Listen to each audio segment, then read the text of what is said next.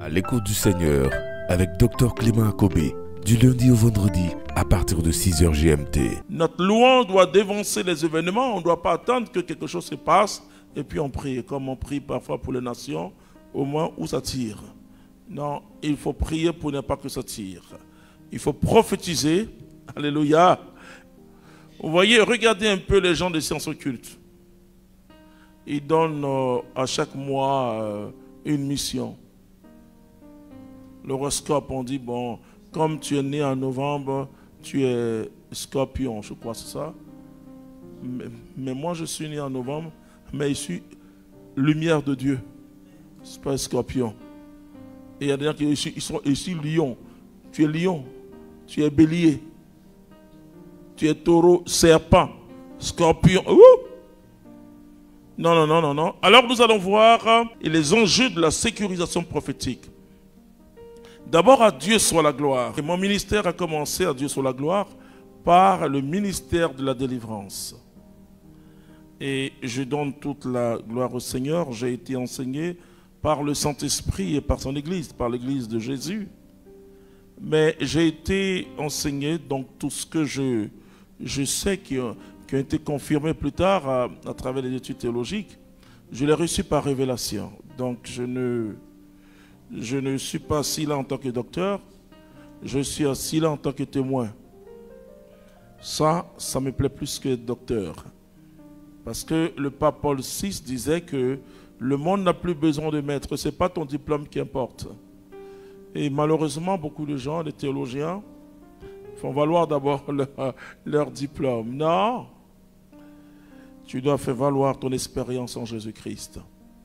Ta connaissance théologique doit venir confirmer ce que tu as reçu d'une manière intuitive. Parce que c'est le même esprit qui anime l'Église dans sa doctrine, dans son enseignement. C'est le même Saint-Esprit qui guide l'Église. Alors si le Saint-Esprit t'a révélé les choses par intuition, tu vas le retrouver d'une certaine manière dans sa formulation objective, à travers la théologie ou à travers la doctrine de l'Église. C'est très important à le dire. Donc ce que je vais vous dire, c'est qu'il y a un an à peu près, où le Seigneur m'a parlé de la sécurisation prophétique. Vous savez, pour ceux qui nous suivent de très très loin, vous êtes plusieurs centaines de personnes. Je donne toute la gloire au Seigneur. Le fait que en ce jour, normalement, on doit être encore en train de crier « Wow, wow !» Mais vous avez choisi de vivre cette année d'une manière spéciale avec Jésus. Je suis allé à l'ouest de la Côte d'Ivoire. Un membre de nos apostolats, les rebelles, vous savez, la rébellion en Côte d'Ivoire avait occupé sa grande maison. C'était un grand cadre de la région, mais ils ne pouvaient plus habiter sa maison. Même quand ils sont partis, quand il y a eu la normalisation, ils ne pouvaient plus aller. Et c'était terrible parce qu'il y avait des choses qui avaient été faites. Voilà. Et les gens sont allés, bon, ce qu'il fallait faire au Bénin, etc., etc. Mais quand les gens qui habitaient autour de lui sentent qu'il y a vraiment du chaos la nuit, quoi, spirituellement, etc. Alors nous sommes allés, et déjà ça faisait 5 ans que le Seigneur m'a pris à travers peut-être un séminaire que je vais relancer peut-être en février, le séminaire sur la conquête. Voilà. Et où Dieu dit à Josué, il donne cette parole forte à Josué, je crois, c'est Josué le chapitre 1, à partir du verset 3, que tout territoire où votre pied va fouler, la plante de votre pied va fouler, je vous livre ce territoire. Très important. Alors, nous sommes allés et nous avons marché. Nous avons marché sur cette maison. Marcher, c'est un terme militaire de conquête. Quand on dit on marche sur une ville, c'est-à-dire on prend la ville. Et le Seigneur qui nous a établis, comme j'aime dire, tu peux habiter une maison. Une maison peut être un territoire physique, naturel, mais aussi est un territoire spirituel. Et les territoires, tout ce qui est spirituel, se règle d'une manière spirituelle. Chaque parole que nous prononçons, certes a un caractère humain et physique, mais a toujours un caractère spirituel. Ah. La sorcellerie, c'est un tas de paroles qu'on prononce sur une personne. La magie, c'est la même chose, etc. Alors, on est allé marcher à Dieu sur la gloire dans cette maison en entrant, mais en parlant. Parce qu'il ne suffit pas de marcher, mais en citant la parole de Dieu. Seigneur, tu as dit que je vous donne le pouvoir de marcher. Jésus dit de marcher sur tout le territoire du diable et d'écraser les serpents, les scorpions, et de marcher sur toute la puissance de Satan. C'est dans son territoire, le territoire qui était maudit, et que nous pouvons marcher et rien ne pourra nous arriver. Alléluia. Et nous avons délogé le grand démon qui était couché là-bas, et il est redevenu propriétaire de sa propre maison. Voilà. Et donc, et ensuite j'ai vu que la parole de Dieu, on lit l'écriture comme ça, mais sans entrer dans l'expérience de la parole de Dieu. Tu vois, ce séminaire va te pousser à faire l'expérience de la parole de Dieu.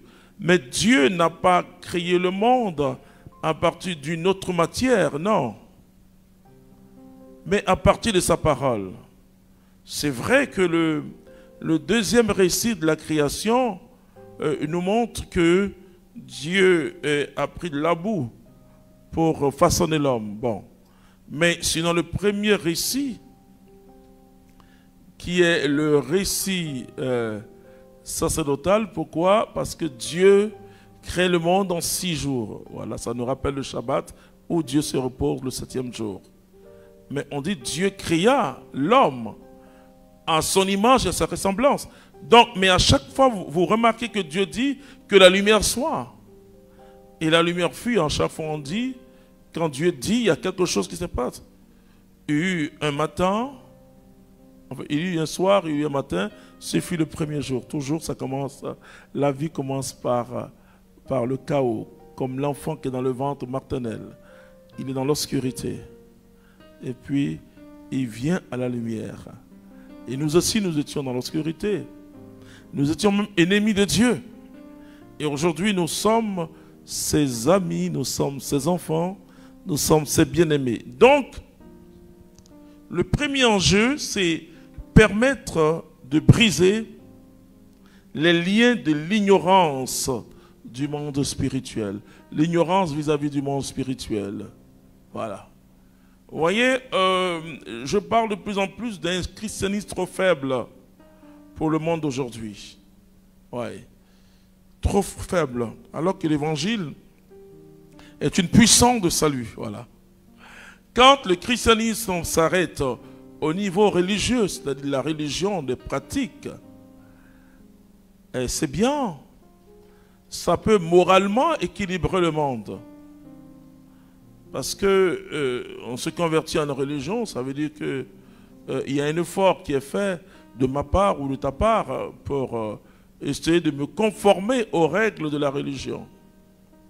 Mais ça ne me donne pas la puissance. Il n'y a que l'évangile de Jésus-Christ qui me donne la puissance. Donc la religion me conduit à une morale religieuse. Elle est pratique. C'est déjà bien pour l'humanité. C'est déjà très très bien pour l'humanité, mais l'évangile est une puissance de salut. Voilà. Et c'est quand nous entrons dans l'évangile que nous pouvons comprendre la religion ou aussi le christianisme. Vous voyez, et c'est comme si on subit des choses. Alors que dans les monastères, il y a eu des prières pour renverser même tous les puissants. Vous voyez, par exemple, le roi ou l'empereur de Rome n'aimait pas qu'on récite le Magnificat. Ah oui. Hein? Le puissant fait pour moi des merveilles, c'est son nom. Et surtout quand on dit il renverse les puissants. Voilà, le Magnificat est une prière de délivrance Et les chrétiens récitaient ça aussi pour renverser les puissants qui s'opposent à Dieu. Ah oui. Vous voyez, quand vous faites des prières, il faut vous appuyer sur le Magnificat. Hein. Ce n'est pas la peine seulement de chanter quoi, comme on chante. Vous voyez. Ça, c'est la religion. Mais récitez les paroles. Laissez les paroles du Magnificat. Parce que Dieu élève les humbles. Il abaisse les orgueilleux. Donc, je crois que c'est Néron qui ne voulait pas entendre ça. Mais les chrétiens chantent le Magnificat. Super. Et donc, il s'agit de briser les liens de l'ignorance et de connaître le monde spirituel mieux.